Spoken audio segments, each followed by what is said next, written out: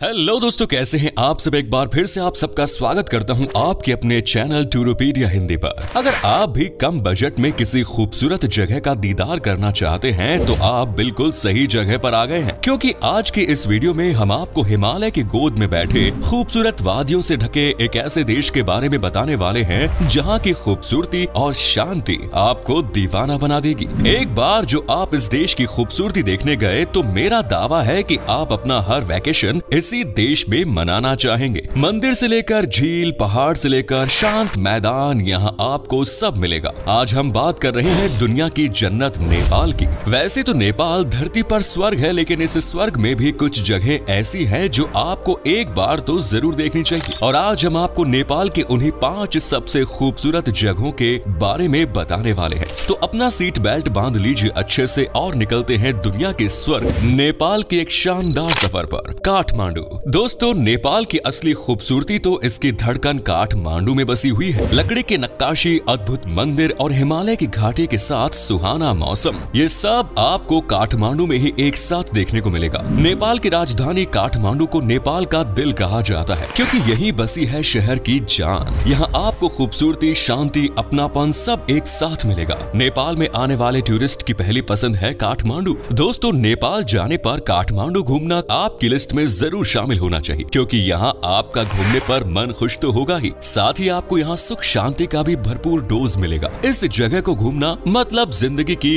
भागदौड़ से अलग ही दुनिया को महसूस करना। भारत के पड़ोसी देश की इस राजधानी की ट्रिप आपको भी एक बार जरूर करनी चाहिए। और अगर आपने एक बार यहाँ की सैर कर ली तो फिर देखिएगा आप बार बार यहाँ आने का प्लान बनाएंगे। काठमांडू में घूमने के लिए कई खूबसूरत और ऐतिहासिक जगह हैं, जैसे कि बौद्धनाथ स्तूपा। काठमांडू शहर से करीब 11 किलोमीटर दूर स्थित इस स्तूप को देखने के लिए बहुत दूर दूर से लोग आते हैं। इसकी बनावट लोगों को इतना अट्रैक्ट करती है कि वो यहाँ खिंचे चले आते हैं। दरअसल ये एक बहुत बड़ा गोलाकार स्तूप है। यहाँ अलग अलग धर्म के अनगिनत लोग एक खास रस्म निभाने आते हैं, जिसे कोरा कहा जाता है। ऐसा माना जाता है कि जो कोई भी इस स्तूप के चक्कर लगाता है वो भी बिना किसी गलत भावना के उसके सभी पाप धुल जाते हैं। माना तो ये भी जाता है कि इस तरह उनके लिए नरक के दरवाजे हमेशा के लिए बंद हो जाते हैं। खास बात यह है कि 1979 में इस स्तूप को यूनेस्को ने वर्ल्ड हेरिटेज साइट में भी शामिल किया है। इसके बाद जो काठमांडू में सबसे ज्यादा फेमस है वो है दरबार स्क्वायर। काठमांडू की दरबार स्क्वायर एक ऐतिहासिक इमारत है जिसकी अपनी अलग ही पहचान है। कहा जाता है कि यहाँ सबसे पहले मल्ल राजा रहा करते थे। यहाँ आपको काष्ठ यानी लकड़ी से बने मंडप देखने को मिलेंगे। ये मंडप देखने में बेहद अद्भुत और खूबसूरत होते हैं। आपको बता दें कि इस मंडप के नाम पर ही शहर का नाम काठमांडू पड़ा। दरअसल यहाँ इतने ज्यादा लकड़ी के मंडप और मंदिर हैं कि इस वजह से इस जगह को काठमांडू कहा गया है।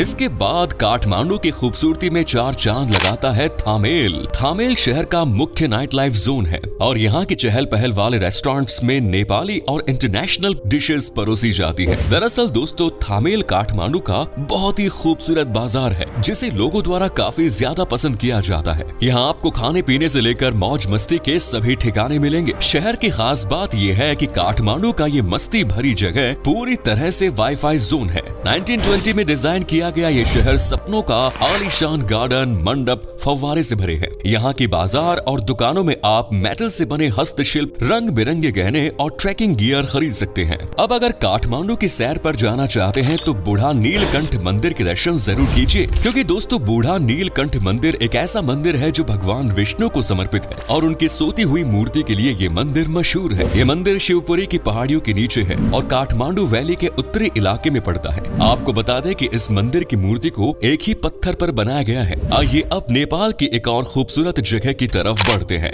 नेक्स्ट इज पोखरा। दोस्तों, पोखरा को नेपाल की जान कहा जाता है। कहते हैं कि अगर आप नेपाल गए और पोखरा ना घूमा तो आपने कुछ भी नहीं घूमा। जी हाँ, पोखरा आपको अपने प्राकृतिक सौंदर्य और शांत वातावरण के साथ एक अलग ही एहसास दिलाती है। देखा गया है कि काठमांडू के बाद पोखरा जाना ही टूरिस्ट्स को सबसे ज्यादा पसंद होता है। पोखरा में कई खूबसूरत झीलें और घाटियां पड़ती हैं, जिनमें रूपा झील पोखरा घाटी के दक्षिण पूर्व की ओर स्थित है। कहते हैं कि ये झील पोखरा घाटी की तीसरी सबसे बड़ी झील है। ये एक बहुत ही खूबसूरत झील है। इस झील के पानी में जब सूरज की किरणें पड़ती है तो नजारा बिल्कुल जन्नत जैसा दिखाई पड़ता है। खुशी और जोश से भरी वो एक किरण आपको हमेशा खुश रहने का संकेत देती है। रूपा झील नेपाल की एकमात्र एकमात्र मीठे पानी की झील है। अगर आप इसकी सुंदरता को करीब से जीना चाहते हैं तो नाव की सवारी करना ना भूले। ये सवारी आपको पूरी जिंदगी याद रहेगी। आइए इसके बाद देखते हैं यहाँ की एक और खूबसूरत झील, बेगनाज झील। एक बात तो है कि नेपाल आपको बिल्कुल भी निराश नहीं करेगा। यहाँ घूमने के लिए आपको एक से बढ़कर एक बढ़िया जगह मिलेंगे, जिन्हें देखने के बाद आपकी खुशी का ठिकाना नहीं रहेगा। आपकी इसी खुशी को और बढ़ाएगी बेगनाज झील, जो खूबसूरती और प्रकृति को महसूस करने का एकमात्र साधन है। कहते हैं कि ये झील पोखरा घाटी में 8 झीलों में से दूसरी सबसे बड़ी झील है और इस झील पर वक्त गुजारने सबसे ज्यादा लोग जाना पसंद करते हैं। इस झील में बोटिंग, मछली पकड़ना जैसी चीजों का आप आसानी से लुत्फ उठा सकते हैं। अगर आप पोखरा की यात्रा के लिए जाने वाले हैं तो गुप्तेश्वर महादेव गुफा जाना बिल्कुल ना भूलें। ये जगह एक अलग तरह का अनुभव देती है। ये एक फेमस धार्मिक और पर्यटन स्थल है। असल में ये एक गुफा वाला मंदिर है जो भगवान शिव को समर्पित है। लेकिन यहाँ जाने पर एक बात का जरूर ध्यान रखिएगा कि गलती से भी यहाँ फोटो मत खींचेगा, क्योंकि यहाँ हर किसी को भी फोटो खींचने की परमिशन नहीं है। Next is Lumbini. चलिए दोस्तों, अब आपको नेपाल की सबसे पवित्र और खास जगह की सैर कराते हैं। इस खास जगह का नाम है लुम्बिनी। लुम्बिनी नेपाल में वो जगह है जहाँ भगवान बुद्ध का जन्म हुआ। फिलहाल नेपाल में ये जगह रूपन्देही जिले में है।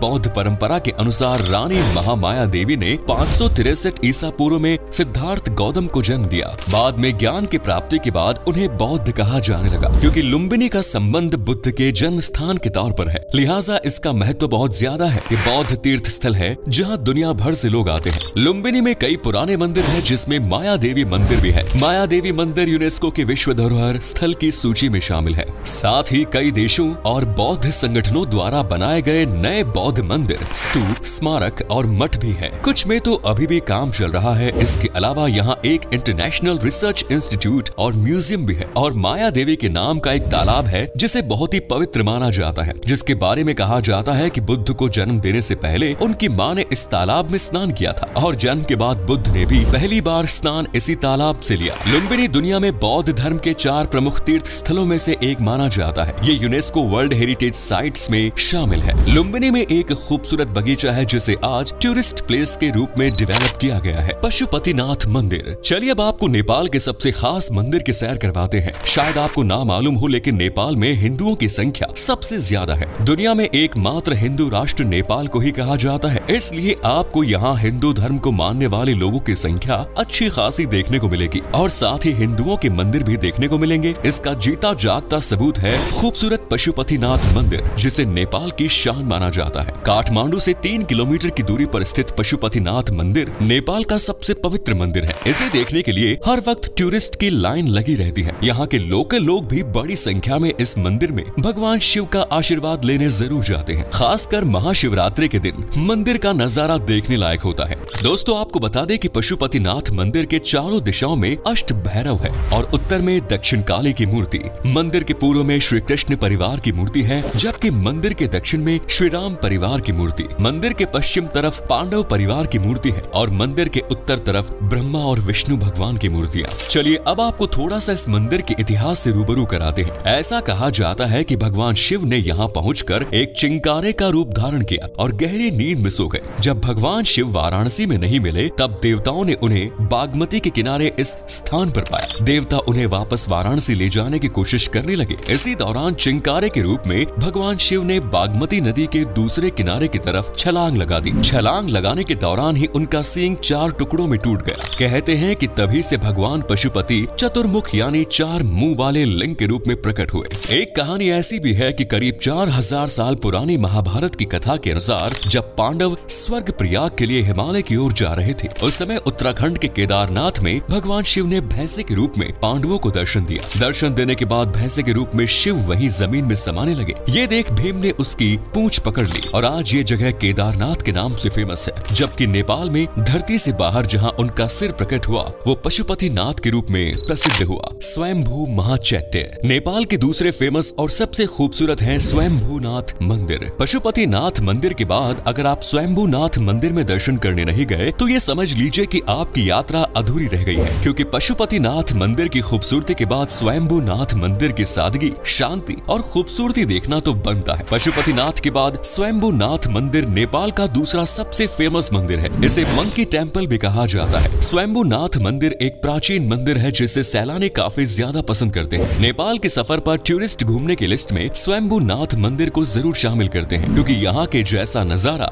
आपको शायद कहीं और देखने को मिले। वैसे आपको बता दें कि स्वयंभूनाथ एक प्राचीन मंदिर है जो बौद्धों की आस्था का केंद्र है। आध्यात्मिकता के अलावा ये मंदिर वास्तुकला का भी अच्छा उदाहरण है। स्वयंभूनाथ का मंदिर जमीन से 3 किलोमीटर ऊंचाई पर बसा हुआ है। यहाँ पर बड़ी संख्या में टूरिस्ट और नेपाल के लोग दर्शन के लिए जाते हैं। तो दोस्तों, ये है नेपाल के वो 5 खूबसूरत जगह जिन्हें आज की तारीख में सबसे ज्यादा पसंद किया जाता है। अगर आप नेपाल जाने का प्लान बना रहे हैं तो इन डेस्टिनेशंस को मत भूलना। उम्मीद करते हैं आपको ये वीडियो अच्छी लगी होगी। क्या कभी आप घूमने गए हैं नेपाल, और अगर गए हैं तो आपका एक्सपीरियंस कैसा रहा ये भी हमारे साथ शेयर जरूर करें। साथ ही इस वीडियो को अपने दोस्तों और रिश्तेदारों के साथ शेयर करना ना भूलें। हमारे चैनल को भी सब्सक्राइब जरूर करें। वीडियो को अंत तक देखने के लिए सभी का शुक्रिया, धन्यवाद।